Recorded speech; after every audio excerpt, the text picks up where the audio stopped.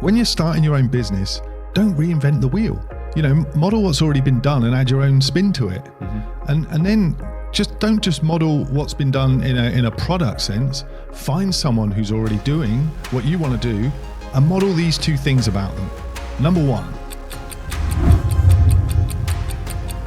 Welcome to the Middle-Aged and Miserable podcast. And please like, comment and subscribe and leave us a 5-star review so that we can reach more people with this content. Lovely.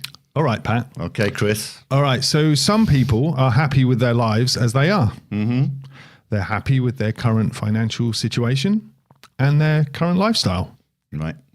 Some people just want to accept what they have now and coast into retirement. Coast into, how lovely that might sound. But that's not us though, is it, Chris? That's not us, is it? It's not at all, no. So if you are like us and you want more from life, and you want more financial freedom, you want to retire way earlier than 65, like we had once planned in our lives, living life on your terms, that sounds great as well, to get out of the old proverbial rat race, then pay attention, everybody. Yeah. This is going to help.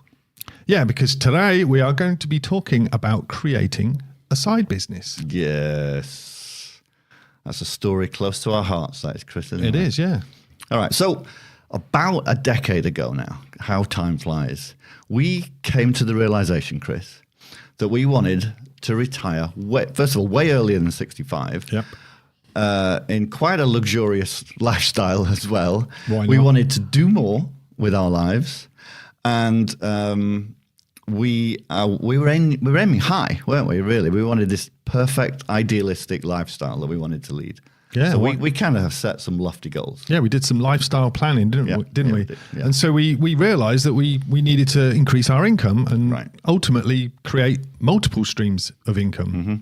Yeah. So we started reading books and listening to podcasts and really getting into it and, finding out that there are other people had done this and it inspired us to do it. And in our case, we got into real estate, didn't we? We really got into this bigger pockets podcast, books, community that teaches you about real estate. Yeah. And I got a lot of inspiration from reading and learning about people that had done what we were looking to do, and it makes you think that if they can do it, then I can do that. Then it becomes possible, and that's what I loved about all of that research that we did all those years ago. So we decided to start our first side business. Yeah, and so before we get much further, people might be saying, why a side business? Why not just quit your job and start a business? Right. But there's more to it than that, isn't there? Especially when there's a lot of people, I think, that are like us, right, in our situation. Definitely. I mean, there's responsibilities of life. It's at the end of the day, it's a huge risk to leave everything that you've worked for, leave your job, the security of your job, and start something completely new. And for me personally, I mean, I have a large mortgage. I've got kids. I've got car payments, and we enjoy the luxury in our corporate jobs of medical insurance here in the States.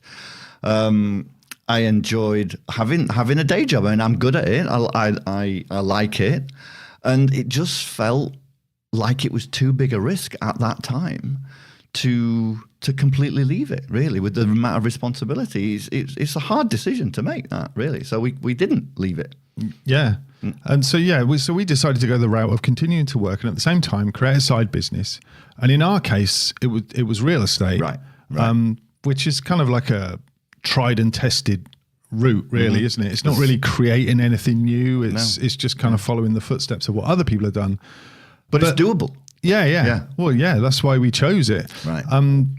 But if someone out there is, not into the real estate thing, the next thing to consider is choosing what you want to do as a side business. Right. Because really an ideal business is one that doesn't require a huge amount of capital to begin, because, pouring capital into something is obviously a bit of a risk. So, that you might consider something like an online business or an online store or something where you don't have to put a lot of money in up front. But then we were lucky, weren't we? Because we were middle-aged, we were doing all right in our jobs and we had some money. Yeah. So that's what tilted the scales for us towards real estate, didn't it? Because we had some capital to put into something, didn't we? And that's what we did, yeah. And also for us, it was something that we were interested in, and I think that's a key point actually, because if there's no point starting a side business if it's something that can make a bit of money, but you don't like it, because you're going to grow to hate it, and it's going to feel like another job.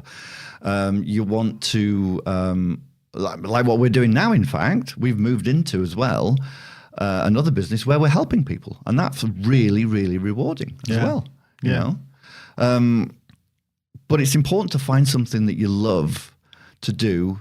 And if you're also helping people at the same time, that's kind of a win-win as well. So it's not always going to be roses, though, is it? Really, there's going to be hard times. It's going to feel a little bit repetitive and boring at times. That's going to be hard work as well. Well, exactly, it's going to be hard. And so if you're not doing something that you enjoy, you're going to quit. You're going to it's not going to work, is it? Really?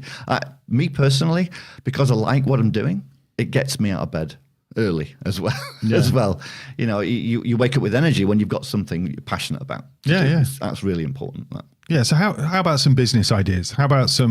So we went real estate, but you could earn. I don't know. Maybe you're good at running Facebook ads. You can run Facebook ads for other people. Right. You could write articles. You could get good at SEO, search engine optimization, and provide that service for other people. There's so much online stuff. I mean, you can monetize YouTube videos. You can create content on YouTube and monetize it. They've made that relatively straightforward. Even though that's work as well. You could become a coach if you've got something that you want to teach people. You could become a coach or a consultant as well. If you've got something to sell, there's Shopify and Amazon in the e-commerce world as well. There's Etsy as well. My wife sells her art on Etsy as well. You could sell all sorts on Etsy as well. It's if you get popular on Facebook, you can get ad revenue from that. You can even get sponsorships, I think, on Facebook. You definitely can as well on Instagram and YouTube. You could sell courses. Just think to yourself, if you've got to middle age, you've got a skill. That's true. We're all an expert at something. Yeah, we just got to think about what that might be. Could you leverage? Can you leverage that and freelance work it or there's Upwork.com. You can offer your services there, or Fiverr.com. Yeah, there's affiliate marketing. Yeah. Funnily enough, there's podcasting. We've learned about that, haven't we? Yeah. There's social media management, and anything social media, you can. A lot of the slightly less middle-aged people that are listening to us could master that skill and teach that to others. Teach that to people like us. In fact, really, you write books. It's easy to self-publish books these days online. You do freelance writing as well. Yeah, and really, when you're thinking, and because we've racked our brains thinking of businesses and ideas, really, when you're thinking about starting a business, the goal is to actually look for problems, because that's all businesses do. They solve problems for people. Totally. Yeah. And then those people pay money to have their problem solved. Yeah. So the best thing to do, really, if you're kind of a bit stumped on what you want to work on, is start looking for problems. Where do you have problems? In your life, where do you have problems? What could you solve for yourself that could also solve that problem from other people? Yeah. Find an area, even if it's super niched, where there is a problem that needs solving, and go ahead and fix it, and then sell that solution. Yeah. Become an expert at something that other people need. That's right. Yeah. There's another important point of it, because we're talking about side businesses, something that we've learned and are continuing to learn and improve on. You've got to make it as passive as possible. The idea is, you like saying this a lot, actually, I love this phrase, is the goal should be to earn money while you're asleep. Yeah, definitely. That's the goal, really. We've got there for some of it, actually, but not for everything that we're doing. And we've been through it all, haven't we? We've got to the point where you get completely swamped with the amount of work that you're doing, that you've taken on as this side business, and all of a sudden it feels like another job. We've been there as well. And another thing that we realized is, caught us quite by surprise, is when you build a business, it's all growth, but then you've got to run the business, and then all you're doing then at that point is running the business, and you're not growing it anymore.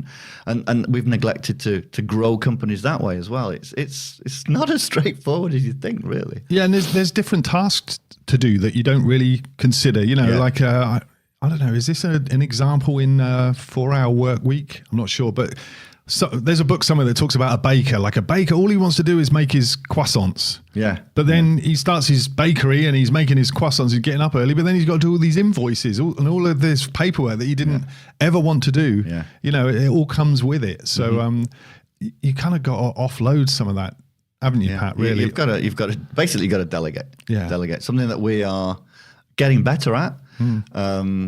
And we've actually managed it. I remember we got into real estate, and we successfully have grown our real estate business now to the point where we are largely passive, and it's making money while we sleep. But it took a lot of learning to get there. Yeah. But we have other businesses that we're doing that we need to delegate more because it's work. Yeah, and to delegate, like we learned, you got to, at some point, you've got to get a virtual assistant. Yeah. It's just so much easier, isn't it? Because there's so many low-level tasks that you shouldn't be doing that you can cheaply farm out to a virtual assistant. Yeah. And let them do the stuff that, you know, you really don't want to do. Yeah, because that's your time that's being sucked up, isn't it? You've got to be spending your time on the high-value tasks of the business, the stuff that's going to grow the business, stuff that's going to move the needle. Absolutely. That's what you got to focus on. Yeah, so you can look at, you can find VAs on Fiverr, on Upwork. There's loads of virtual assistants in the Philippines that can be really cost effective. So just Google virtual assistants in the Philippines. Yeah, and that's true.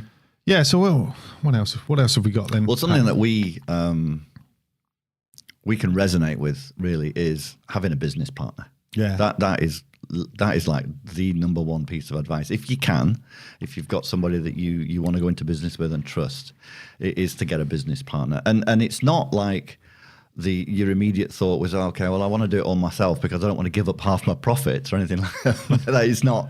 It doesn't quite work that way because you end up being more effective. You know, and anyway, it could, if you try and do it all on your own, you might get nothing. So I would say 50% is better than 50% of something. Is better than 100% of nothing. That's a nice little catchphrase there for you. Yeah, and I mean you can do it alone, but we found we're better together, aren't we? So I find partner advantages are sometimes when you're alone, you might never get the thing off the ground. Because you get accountability when you're with a partner, and it keeps you moving forward and kind of stops you procrastinating. Yeah, definitely. What we've found together is the partner can do the things you hate to do, like all the legal stuff. I can't stand it, but Pat laps it up. He loves it. I like doing that. So he doesn't mind it. He loves deep analysis. I'm not into that. But then there's things that he doesn't like to do that I can take over. So it actually really works. It does work quite well, actually. And in fact, we found that to be actually true. This is we are stronger and more successful together as a partnership than the sum of our individual parts, without a doubt. Yeah, it can give you a lot of motivation as well. I've noticed when we're in other areas of the world, we both kind of lose motivation a little bit, don't we? Yeah, and then we keep each other going. Yeah. Okay, so side business. We talked about a load of stuff about side businesses, finding what you want to do as a side business, and some things that you can do with partners and that. But how about some logistics? Right. How do you set it up? Yeah, so without getting into too much detail, because there is so much information out on the internet on how to do this thing, how to do it properly. But one of the most important things when you are creating a business, you've got to protect your personal assets. So you've got to really set up a company, a corporate structure. And we set ours up as what we call in this country LLCs, limited liability companies. In England, that's called a limited company. And what it basically does in a nutshell is protects your personal assets from lawsuits and any business debts that you might incur as well. It keeps it all separate and in a nicely protected way. And like for us, if there's more than one of you in the business together, you must set up a legal document that documents how you operate the company. So an operating agreement is called basically, and that's really important.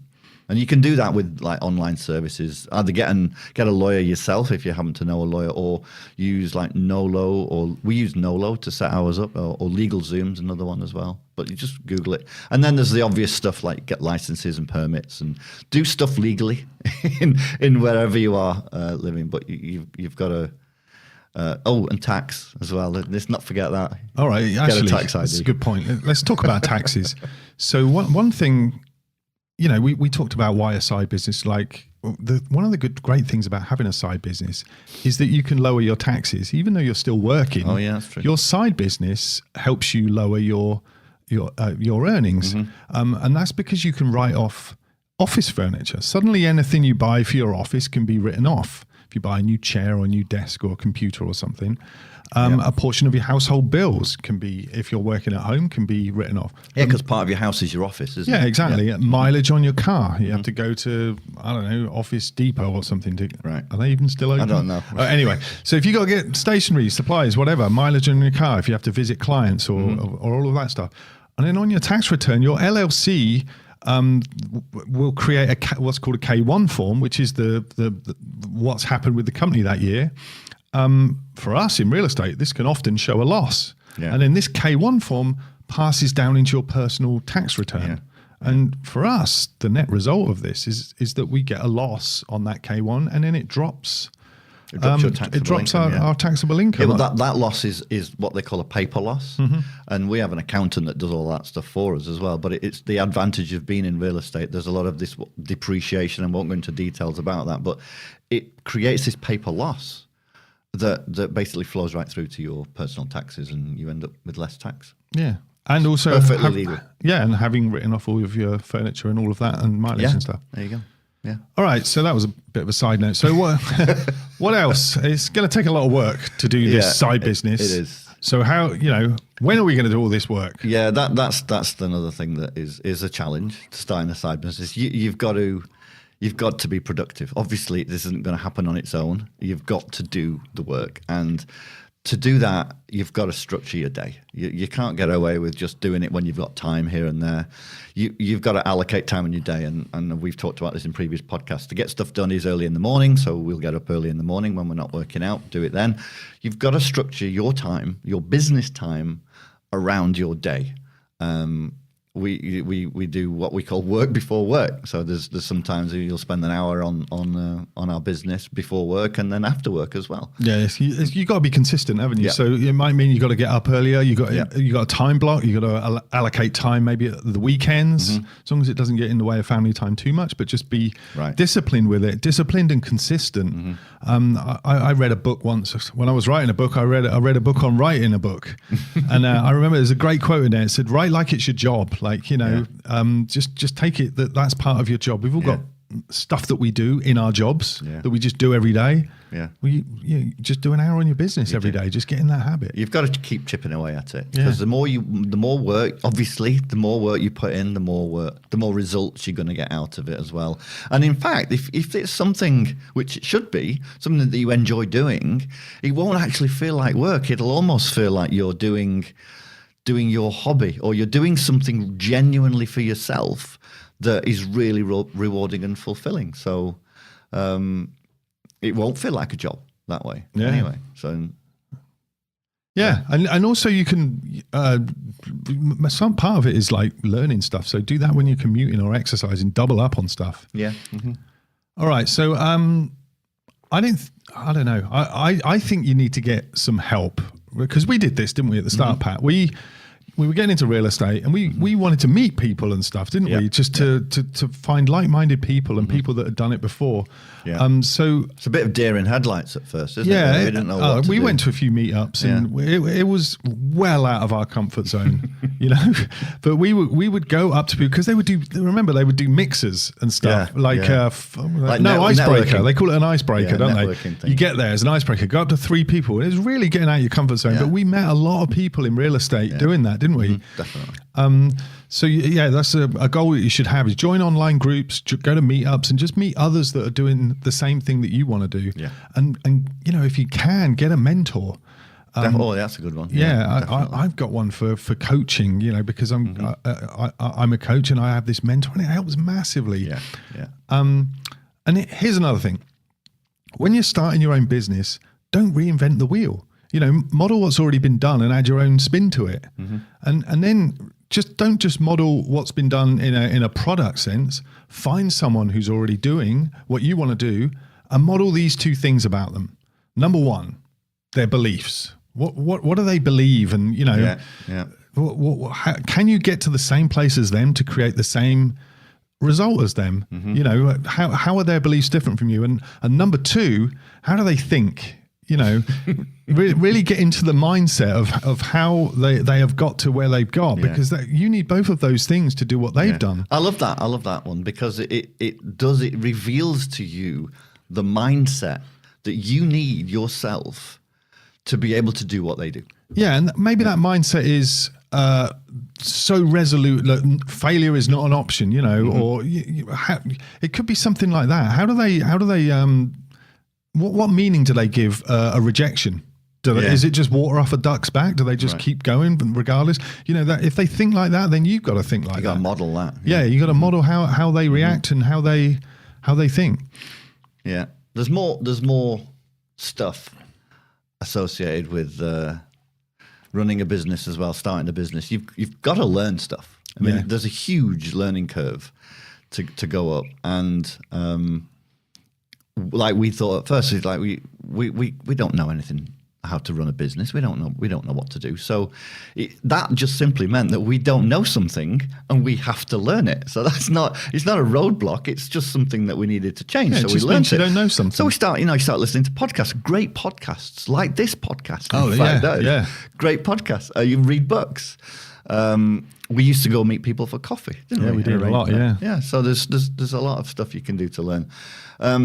Another thing that we were quite conscious of, because we'd heard this a lot in the learnings, they call it analysis paralysis. So you can actually get to the point where you're learning too much and you're not actually taking any action. One more class. Yeah. And because you'll never feel ready. You just got to do it. Yeah. They call it like the ready, fire, aim approach, don't they? Yeah. Remember when we first started flipping houses? Yeah. All those years ago, and we were like, we got an offer and an opportunity to flip our house, and we met our business partners, and we're like, oh shit, this is real. Yeah. And it was scary, wasn't it? Really, we were out of our comfort zone. You just got to get going. You just got to get started. Yeah, I mean, we read books on flipping houses. We listened to, you know, a multitude of podcasts on it. We learned more in that first house than all of those books and podcasts put together. Yeah, we did. You just got to it's out of your comfort zone, but you just got to get on with it, haven't you, and learn on the job. It grows you as well, doesn't it? Yeah. So talking of growing yourself, so one of the biggest challenges to having a business is just believing you can do it, especially if you've been working in a regular job your entire career, you've been working for someone else, and that regular paycheck's been coming in. So it really is a mindset shift. You've got to work on your belief. You've got to shift that mindset to earn your own money instead of that regular salary. So you've got to grow yourself essentially into the type of person that can run a business. Yeah, that's not easy to do though. No, it's not. But again, it's doable. It's just something you've got to learn how to do. Like we said earlier, you just got to work on your belief and your self-confidence and your leadership skills, because, you know, you're probably going to have people working for you. Yeah, that's true. Yeah.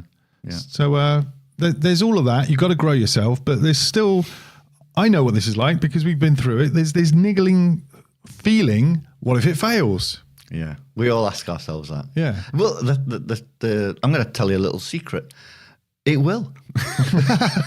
It usually does. The thing is, there will be always an element of failure. There will always be things that don't go according to plan. And you're going to screw something up like we have done, but just keep going. Yeah, what does Tony Robbins say? He says, there are no failures, there are only results. And you will never fail to get a result. There you go. So there's no failure. So it might not be the result you want. So then maybe you tweak some things and then you go again, but you never stop. Yeah, and that's how you learn. Yeah. No, we started flipping houses and we inevitably messed stuff up, but we learn by those mistakes. You learn so much. And like you said earlier, those mistakes teach you way more than you ever get in like doing online classes or reading a book or something like that. So the secret really is you just got to keep going, because you're going to feel dejected. You're going to feel like a failure, but you never quit. We always say that. We're just going to keep going. There's things that we're doing even today that aren't working for us, but you've got to keep going. You just never quit. You try something different. You get up. You try again. And there's always going to be roadblocks. Yeah. And your job as a business owner is to keep going, never quit, and just navigate those roadblocks. Yeah. So, What you do. so for the listeners, this can all sound like it's all work, we're middle-aged, got a job, got a family. This is all a lot of work, and it's all a lot of getting out of comfort zone. And Well, it is. Yeah. But well, it is. But one thing that surprised us, it's actually so worth it, because there were some things that happened to us that we didn't anticipate. Yeah. Right. And it was more about the journey, wasn't it? Oh, right. Absolutely. Yeah. I mean, we're on this journey.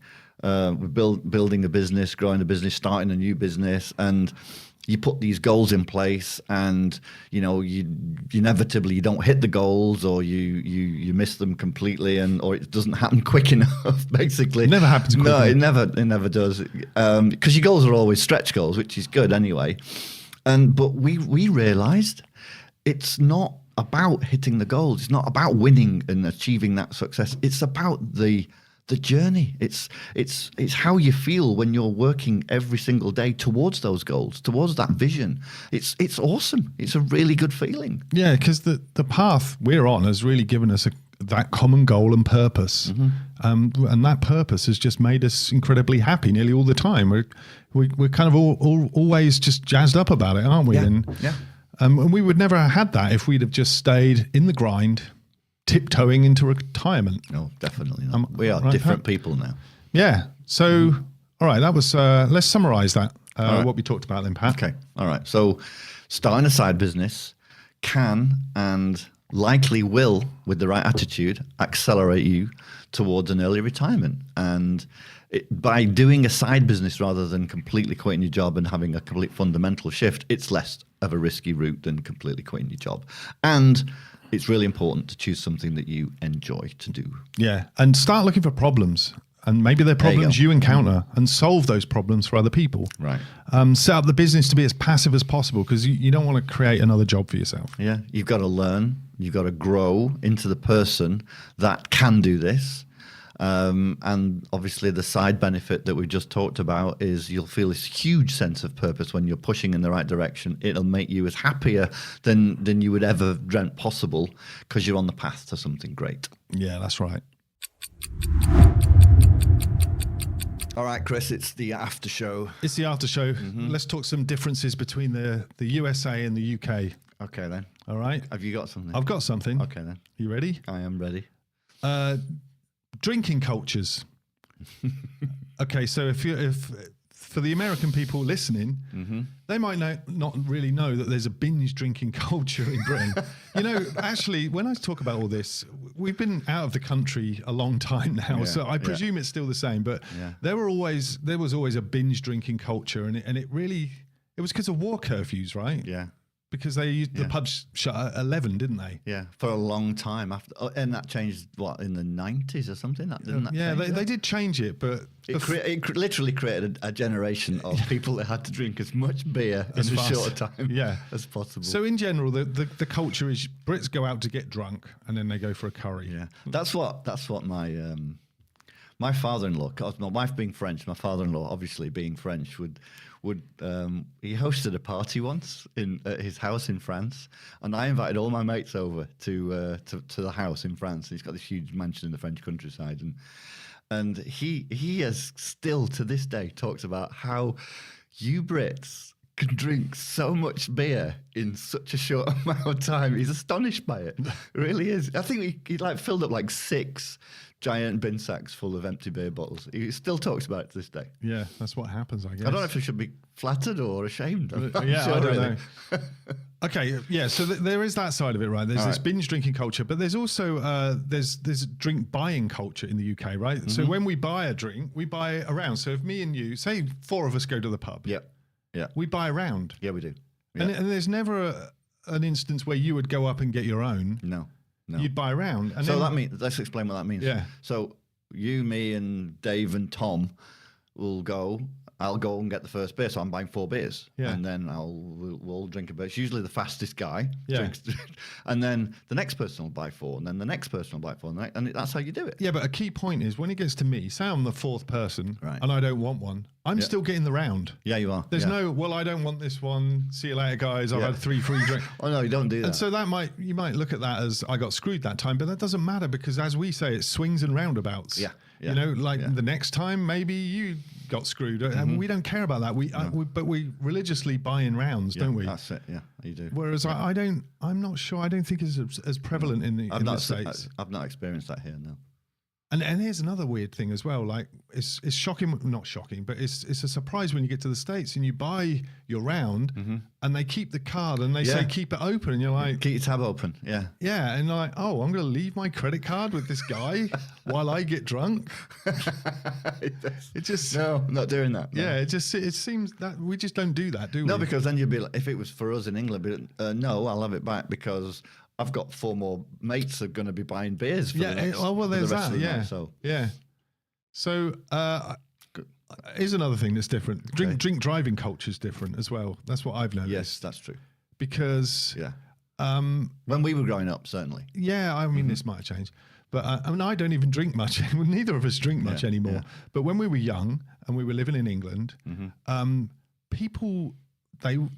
drink driving was really frowned upon. Not the done thing at all. You just didn't do it. No, and it was because the penalties were so severe, right? It was. I don't know what it was though. But we were young. No, we weren't kids because we were drinking. But you're in your early 20s or even your late teens in England, and you just don't do it. It was not. In fact, if your mates were going to do it, you would stop them from doing it, really, because it was not a done thing at all. Whereas it surprised me when I came to the States, and I think it's still the same, that somehow somebody said at some point you can have a drink an hour or something. And then it becomes a rule. Not that, but people do drink and drive, but they self-police themselves that they're good to drive. Yeah. I don't. More so than in Britain, I'm I not found. comfortable with that, really. No. Well, and also because here, if you get stopped, you've got the option of this. Not an option, but you get a field sobriety test. Here, yeah, yeah. Which you count from 20 to 1. You put your finger on your nose. And all that, walking along a line. Yeah. So you could get away with it if you've had 4 drinks and you can handle it. Yeah. Whereas in Britain, it's not like that. It's you've been stopped. If you're over probably the equivalent of 1 pint of beer. And they have these breathalyzers, don't they? Yeah, immediate breathalyzer, none of this optional breathalyzer. You blow into a thing and then that's it. You've lost your license immediately. Yeah, yeah. So I think that's why the culture is different. Whatever it is, it works because I've never done it. Yeah. So, and I don't know, my mates never did it either. Yeah. I mean, to be honest, though, we're luckier in that respect in Britain because you can walk to all these pubs. Oh, yeah, there is that, whereas in fairness, in America, you find bars on, like, there's a huge highway here, isn't there? That's like a 5-lane highway called the Highway 99. Yeah. There are bars on that road. You would never be able to walk there. No, you can't. You have to drive there. Yeah, you do. So it's kind of just because the distances involved. Things are involved. further apart, I suppose, here. It's not like a village or town centre, is it, when you've got 10 pubs? Yeah. I'll tell you something else that doesn't exist in the UK when it comes to DUI. Go on. 1-800 DUI away. That's a thing. Yeah, you can get off a DUI with a lawyer here. 1-800 DUI away. Yeah. Is that a thing? Maybe it's not all over America, but they advertise that around here. That's crazy. Yeah. Well, you can get out of a speeding ticket here with a lawyer. Yeah, that's true. You've done that, haven't you? Yeah. So not with a lawyer, but with some cleverly worded response. Well, I've heard it advertised, so clearly lawyers are... Yeah, I know you're right there. Yeah, that's it. Yeah, I know people have done that. That's it. So anyway, that's some differences, drinking culture between the UK and the US.